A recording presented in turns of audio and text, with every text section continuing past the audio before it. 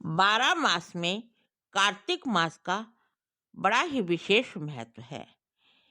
इस मास में किया गया स्नान दान धर्म अक्षय फल को देता है। इस मास के प्रत्येक दिन का अपना एक अलग विशेष महत्व है।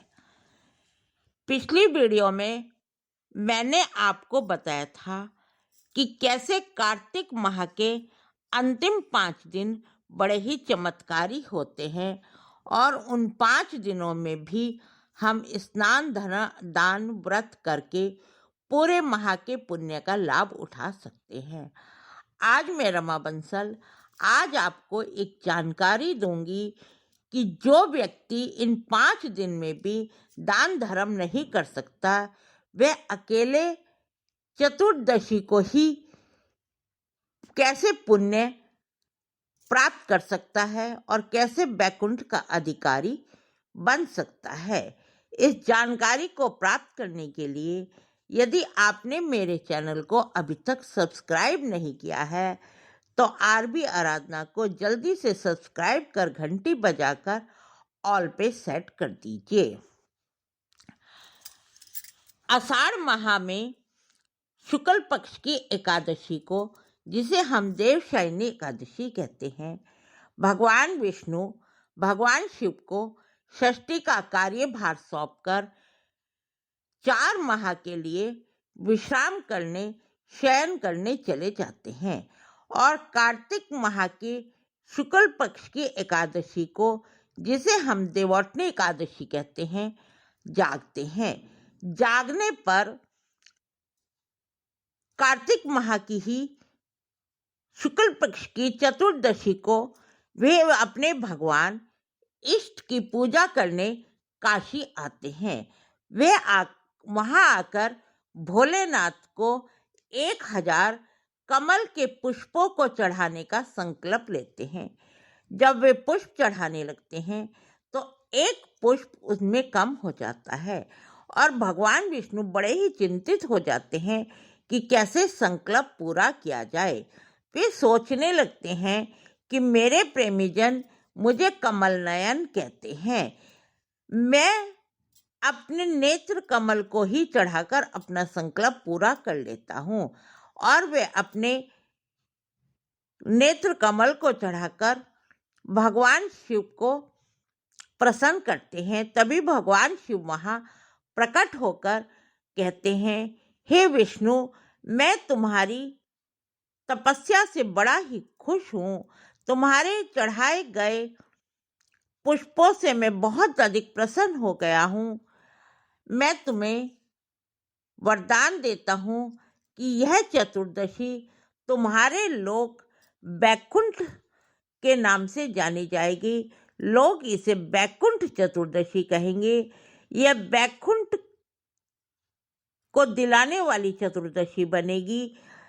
आज के दिन जो भी तुम्हारी और मेरी पूजा एक साथ करेगा, वह वैकुंठ में रहने का अधिकारी बन जाएगा।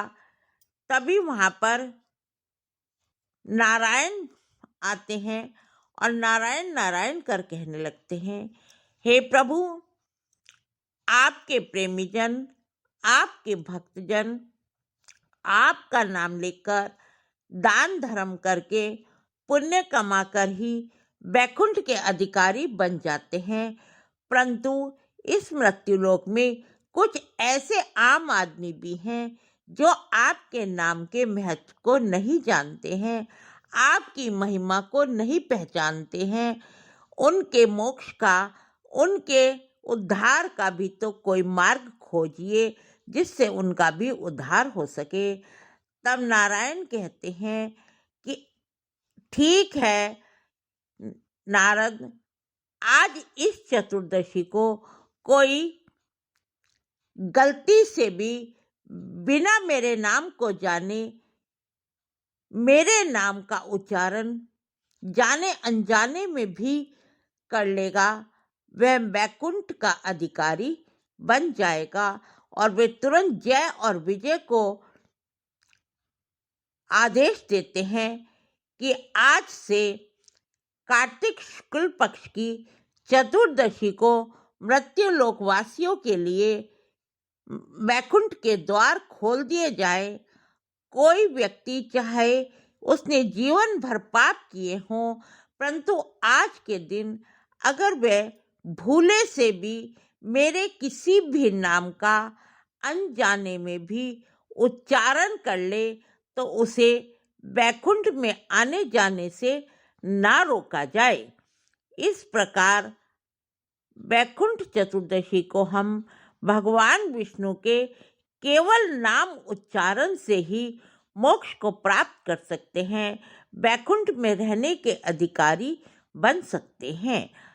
आपको मेरी जानकारी अच्छी लगी हो, आपको मेरी जानकारी पसंद आई हो तो मेरी वीडियो को लाइक कीजिए, अधिक से अधिक शेयर कीजिए, जिससे ज़्यादा से ज़्यादा लोगों को पता चल सके कि वे एक दिन में ही कैसे पुण्य कमा सकते हैं और वैकुंठ के अधिकारी बन सकते हैं। आप भी कमेंट बॉक्स में भगवान विष्णु का कमेंट लिखकर पुण्य को कमाकर लाभ उठाइए।